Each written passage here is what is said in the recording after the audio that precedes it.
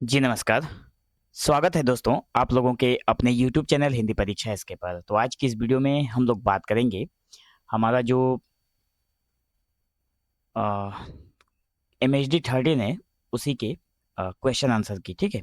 जो कि और ये जो क्वेश्चन है ना, ये जून 2025 में आया हुआ है, ठीक है। तो बढ़ते हैं आगे और देख लेते हैं हमारा प्रश्न क्या है।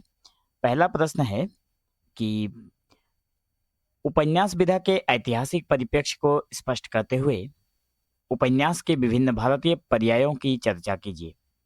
ये मतलब बहुत ही इम्पोर्टेंट है एग्जाम के दृष्टिकोण से। कई बार एग्जाम में पूछा भी गया है। बहुत सारे बच्चों ने कहा था कि सर हमारा MHD 13, 14, 15, 16 सभी का वीडियो अपलोड कीजिए, क्योंकि आपके चैनल पे मतलब ये जो चैनल है या फिर आपके जो चैनल है उस पर बहुत कम वीडियो अपलोड है, ठीक है। तो आप लोग सीरियली सारी वीडियो को आप मिलेगा, आप लोग देख सकते हैं। तो ये जो प्रश्न है ना, उपन्यास विधा का ऐतिहासिक परिप्रेक्ष्य, सबसे पहले हम लोग इसका भूमिका देखेंगे, उसके बाद उसके भारतीय पर्यायों में देखेंगे कि उपन्यास के विविध भारतीय पर्याय कौन कौन से हैं, ठीक है। तो पर्याय का मतलब यहाँ पे पर्यायवाची से है, ठीक है। पर्यायवाची पहले भी आप लोग जानते हैं, हिंदी ग्रामर का बहुत ही इंपॉर्टेंट पार्ट है। तो भूमिका के तौर पर हम लोग लिखेंगे कि भारतीय उपन्यास का जन्म आधुनिक युग की परिस्थितियों और वास्तविकता से हुआ। मतलब जो भारत का उपन्यास है उसका जन्म कब हुआ? आधुनिक युग की जो परिस्थितियां हैं, ठीक है, और जो वास्तविकता है उसी के इर्द गिर्द घूमती हुई उपन्यासों का जन्म हुआ। हालांकि इसके कथा स्रोत प्राचीन आख्यान परंपरा से निहित है। इसके जो कथा है, उपन्यास में जो कथाएं कही गई हैं, जो लिखी गई हैं, वो बहुत ही प्राचीन परंपराओं में प्राचीन परंपराएं जो थी उन्हीं से निहित है, उन्हीं से मतलब रिलेटेड है। हिंदी उपन्यास का विकास भी इसी आधुनिक संदर्भ में हुआ। तो हिंदी उपन्यास जो है उसका जब विकास होता है तो इसी आधुनिक संदर्भ में हुआ। आधुनिक रचनाएं जहां शिक्षामूलक सुधारवाद से प्रेरित थी, वहीं धीरे धीरे रचनाकारों का ध्यान उपन्यास के शिल्प मतलब कला और अंतर्वस्तु के नजरिए को विकसित करने की ओर गया।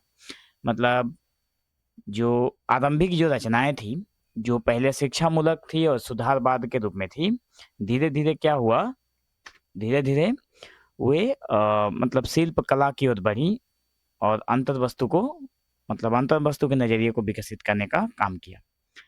तो हिंदी उपन्यास का ऐतिहासिक जो विकास है ना, जिसका यहाँ पे हम लोगों का जिक्र है क्वेश्चन में, कहा गया है कि यह खंड हिंदी उपन्यास के विकास यात्रा के प्रमुख पड़ावों को दर्शाता है। कि ये जो नीचे खंड दिया गया है, जैसे मैं इसको बिंदु बोलता हूँ, ठीक है। तो ये जो बिंदु दिया गया है ना, यही हमें हिंदी उपन्यास का जो ऐतिहासिक विकास है, मतलब हिंदी उपन्यास का किस तरह से विकास हुआ उसको दिखाता है। तो सुधारवाद और नैतिक उद्देश्य की प्रधानता, ठीक है, ये भी इसका सब पॉइंट है। आप लोग सब पॉइंट में भी इसको लिख सकते हैं, ठीक है। तो आरंभिक युग सुधारवाद और नैतिक उद्देश्यों की प्रधानता की ओर बात करता है। तो हिंदी उपन्यास का आरंभ मुख्य रूप से सुधारवादी और शिक्षात्मक उद्देश्यों से हुआ था। हिंदी उपन्यास का जब आरंभ हुआ तो क्या टारगेट लेकर इसका आरंभ किया गया था कि केवल सुधारवादी रहेगा और शिक्षा देने का काम करेगा उपन्यास जो है।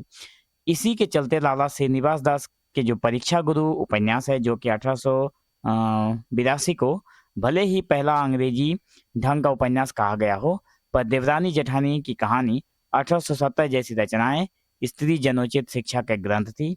इस दौर में कलात्मकता से अधिक अपनी बात को रोचक ढंग से पाठकों तक पहुंचाने पर बल दिया गया था। मतलब ये जो परीक्षा गुरु उपन्यास है ना, तो हिंदी का पहला मौलिक उपन्यास इसको कहा गया है, ठीक है। और साथ ही साथ इसको भले ही अंग्रेजी ढंग का उपन्यास कहा गया हो, मतलब इस उपन्यास को पढ़ने के बाद बहुत सारे विद्वानों ने इसको अंग्रेजी ढंग का उपन्यास भी कहा था। तो उसके बाद ही उससे पहले आया था देवरानी जेठानी की कहानी, जो कि देखने में ये नाम कहानी है लेकिन यह एक उपन्यास का नाम है, ठीक है, जो कि 1870 में आया था। तो कहा गया कि इसकी रचनाएं जो थी वो स्त्री जनोचित शिक्षा के ग्रंथ थी और इस दौर में कलात्मकता से अधिक अपनी बात को रोचक ढंग से पाठकों तक पहुंचाने पर बल दिया था। मतलब अपनी बातों को लोगों तक पहुंचाने का बहुत ही एक नए अंदाज से इस उपन्यास ने भूमिका निभाई थी, ठीक है। उसके बाद है तिलस्मी और रोमानी लोकप्रियता का दौर। मतलब इसमें तिलस्मी और रोमानी लोकप्रियता की बातें हैं, जिसमें देवकी नंदन खत्री का अत्यंत लोकप्रिय जो उपन्यास था चंद्रकांता, जो कि 1891, इस बात का प्रमाण है कि शुरुआती दौर में तिलस्मी मतलब रहस्यमय। तिलस्मी का क्या मतलब है? तिलस्मी का मतलब है रहस्यमय। तो रहस्यमय और मनोरंजन प्रधान उपन्यासों का भी बोलबाला था। तो मतलब उन उपन्यासों को पढ़ने के बाद ये पता चलता था कि उसमें कुछ ना कुछ रहस्य छुपा है, जो कि आगे के लाइन में पढ़ेंगे तो पता लगेगा। उस लाइन को पढ़ने के बाद अगर ऐसा लगता था कि अगले वाले लाइन में जरूर ना कुछ रहस्य होगा, और मनोरंजन भी था, मतलब उसमें एंटरटेनमेंट भी छिपा हुआ था। तो इसी का बोलबाला था, जिसने व्यापक पाठक वर्ग तैयार किया। मतलब बहुत सारे ऐसे, मतलब जब भी कोई चीज हमें अच्छा लगता है तो बहुत सारे लोग उससे जुड़ जाते हैं। तो क्या हुआ इसमें भी, जब ये रहस्यमय बना और मनोरंजन प्रधान बना, तो बहुत सारे लोग इससे जुड़ते गए और उपन्यासों को पढ़ते गए। तो इस दौर की रचनाओं में स्वाधीनता संघर्ष की झलक भी मिलती है। तो इन उपन्यासों में स्वाधीनता से किस तरह से स्वाधीनता के लिए संघर्ष किया गया, उसका भी एक झलक देखने को मिलता है। प्रेमचंद युग, जिसमें आदर्शों उन्मुख और यथार्थवाद और सामाजिक चेतना पर बात करते हैं प्रेमचंद। ठीक है, तो प्रेमचंद युग के दौरान जो उपन्यास आए, जिसमें कहा गया है कि प्रेमचंद 1880 से 1936 के बीच थे और गांधीवाद और बाद में मार्क्सवाद से प्रभावित होकर सेवा सदन, गोदान जैसी कालजयी रचनाएं दी। मतलब ये जो उपन्यासों का नाम है, ठीक है, ये प्रेमचंद द्वारा लिखित उपन्यासों का नाम है सेवा सदन, गोदान। वैसे प्रेमचंद ने 14 उपन्यासों की रचना की और यहाँ पे सिर्फ दो का नाम दिया गया है। तो ये कालजयी रचनाएं हैं और उन्होंने भारतीय जीवन के किसान की त्रासदी को, स्थिति चेतना को और स्वाधीनता संघर्ष काल का इतिहास को अपने आदर्शोन्मुख यथार्थवाद के माध्यम से चित्रित किया। यहाँ पर मैं सेपरेट कर, हाँ, आदर्शोन्मुख यथार्थवाद के माध्यम से इन्होंने चित्रित किया था। ठीक है, और प्रेमचंद पे किसका प्रभाव था? तो गांधी का और मार्क्सवाद का। ठीक है, कार्ल मार्क्स का जो प्रभाव था वो हमें प्रेमचंद के उपन्यासों में देखने को मिलता है, साथ में गांधी जी की भी। तो इन्होंने स्त्री किसान की जो त्रासदी थी उस पर बात किया, स्त्री चेतना पे ऊपर बात किया, और स्वाधीनता के समय में जो संघर्ष काल जो रहा उसके ऊपर भी इन्होंने बातें की। तो जिससे उपन्यास विधा को सामाजिक सार्थकता भी मिली। आगे की बात करेंगे हम लोग मनोविश्लेषण, इतिहास और रोमांटिक विद्रोहों का संगम। इसमें क्या होता है, प्रेमचंदोत्तर युग में, देखिए, प्रेमचंदोत्तर युग का मतलब होता है प्रेमचंद के बाद का युग। जैनेन्द्र कुमार मनोविश्लेषण और वृंदावन लाल वर्मा ऐतिहासिकता और अज्ञ जो है रोमांटिक विद्रोह, शेखर एक जीवनी जैसी लेखकों ने उपन्यास को विविध आयाम दिए। मतलब यहाँ पे अलग अलग राइटरों को बताया गया है कि प्रेम जैनेन्द्र कुमार जो थे वो मनोविश्लेषणवाद थे, वृंदावन लाल जो वर्मा थे वो ऐतिहासिकता की बातें करते थे, और अज्ञे जो थे वो रोमांटिक विद्रोह थे, और शेखर एक जीवनी जैसी रचनाएं दी है अज्ञे जी ने। ठीक है, तो इनके जैसे लेखकों ने उपन्यास को विविध आयाम दिए और इस काल में उपन्यास शिल्प और अंतर्वस्तु में निहित लेखक के नजरिए पर विशेष ध्यान दिया गया था।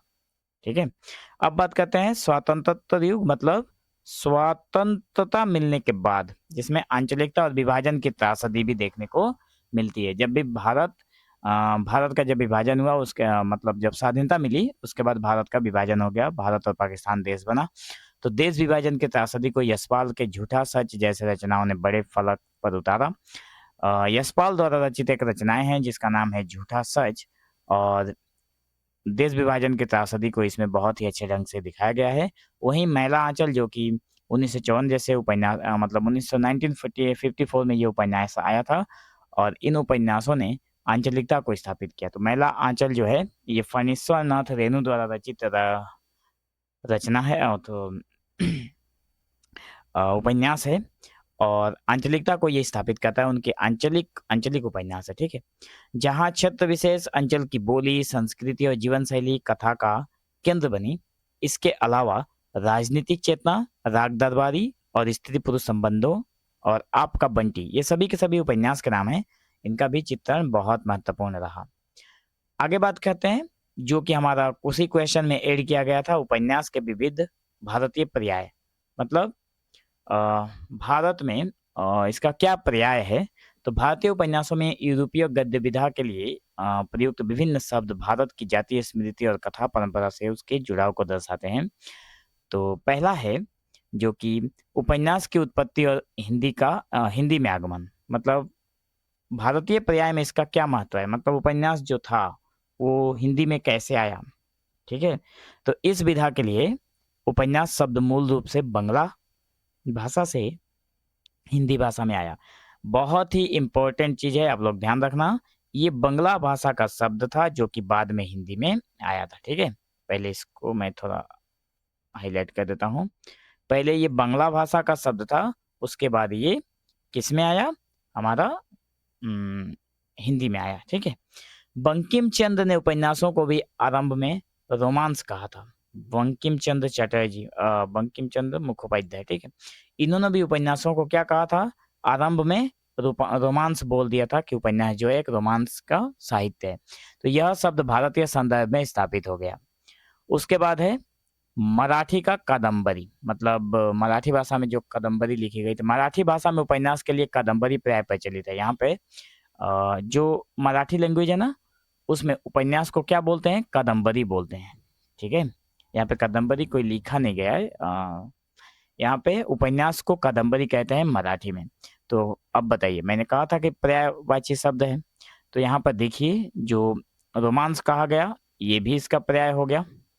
ठीक है, उपन्यास का एक पर्यायवाची शब्द हो गया रोमांस, वहीं पे कादम्बरी भी इसका एक पर्यायवाची शब्द हो गया, क्योंकि मराठी में कादम्बरी मतलब उपन्यास। ठीक है, तो यह शब्द न केवल उपन्यास विधा की वृत्तांतों उन्मुखता मतलब नैरेटिव को दर्शाता है, बल्कि बाण भट्ट की संस्कृत कादम्बरी की याद दिलाकर भारतीय जातीय स्मृति और कथा परंपरा को भी सुरक्षित करता है। बाण भट्ट की जो संस्कृत कादम्बरी है उसका भी याद दिलाता है यहाँ पर, ये वही बताना चाहता है। ठीक है, इसलिए यहाँ पे ये लाइनें लिखी गई है। तो कहा गया है कि ये जो है वो हमें भारतीय जातीय स्मृति को याद दिलाता है, बाण भट्ट की संस्कृत की जो कादम्बरी है उसकी। ठीक है, उसके बाद है देखिए गुजरात में क्या कहा जाता है, मतलब गुजराती भाषा में उपन्यास को नवल कथा कहा जाता है। ठीक है, तो गुजराती और राजस्थानी दोनों में नवल कथा शब्द का प्रचलन रहा है। ये अंग्रेजी नोवेल के वजन पर गढ़ा गया, जो नवीनता पर बल देता है। गोवर्धन राम त्रिपाठी के सरस्वती चंद्र जैसे उपन्यासों ने इस नवल कथा रूप को मुक्त प्रसाद दिया। मतलब यहाँ पर गुजराती और राजस्थानी दोनों भाषाओं में नोवेल शब्द से निकला नवल कथा कहा जाता है उपन्यास को। ठीक है, अब बात करते हैं हम लोग भारतीय पर्यायों का औपनिवेशिक संघर्ष से संबंध। मतलब भारतीय जो पर्याय हैं उन्होंने किस तरह से संघर्ष किया औपनिवेशिक के साथ। तो ये सभी भारतीय पर्याय उपन्यास, कादम्बरी, नवलकथा केवल शब्द नहीं थे। मतलब ये जितने भी हैं, जैसे पर्याय उपन्यास है, कादम्बरी है, नवलकथा है, ये केवल शब्द नहीं है, बल्कि ये औपनिवेशिक प्रभाव के तिरस्कार और अपनी परंपरा के प्राथमिक ज्ञान को कथात्मक सृजनात्मकता में समाहित करने के प्रयास थे। मतलब ये उस समय में औपनिवेशिक शासन जब था हमारे ऊपर, हमारे देश के ऊपर, तो उसमें जो तिरस्कार झेल रहे थे हमारे ये सभी के साहित्य, उनको उन सारी चीजों के बीच में रहते हुए इनको प्राथमिकता दी गई और इसमें सृजनात्मकता में समाहित करने का प्रयास किया गया।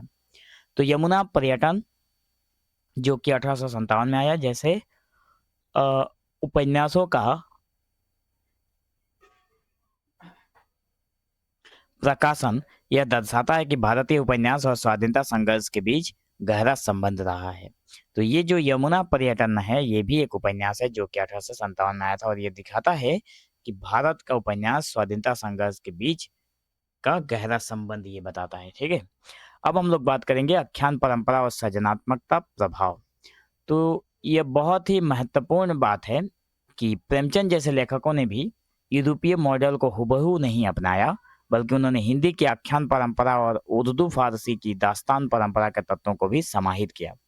भारतीय पर्यायों को याद करने की सार्थकता यही है कि ये हमारे सृजनात्मकता को एक स्वदेशी आधार प्रदान करते हैं। इसमें कहा गया है कि जो प्रेमचंद हैं उन्होंने जो यूरोपीय मॉडल था उसको हुबहू इन्होंने नहीं अपनाया था, बल्कि इन्होंने आख्यान परंपरा से लेकर उर्दू फारसी के सारी चीजों को अपनाया और उसमें इन्होंने भारतीय पर्यायों को याद दिलाने का काम किया।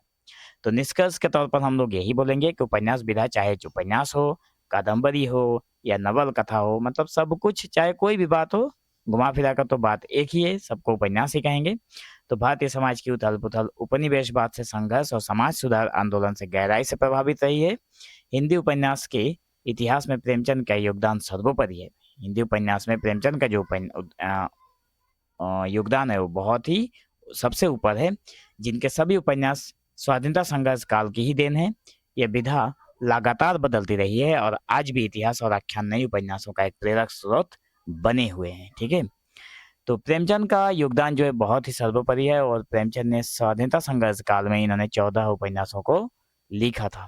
ठीक है, तो मैं आशा करता हूँ कि आप लोगों को ये जो प्रश्न है बहुत ही बखूबी अच्छे तरीके से समझ में आया होगा। तो अगर वीडियो अच्छा लगा हो तो चैनल के साथ बने रहें। मिलेंगे हम लोग एक दूसरे प्रश्न के साथ, जो कि प्रश्न है उपन्यास में यथार्थ के अभिव्यक्ति के विभिन्न रूपों पर प्रकाश डालिए। ठीक है, सीरियल वाइज सारी चीज़ों को देखेंगे। आप लोग बस चैनल के साथ बने रहें ताकि आप लोगों का एग्जाम अच्छे से निकल पाए। तो मिलेंगे हम लोग एक नए वीडियो में, तब तक के लिए धन्यवाद।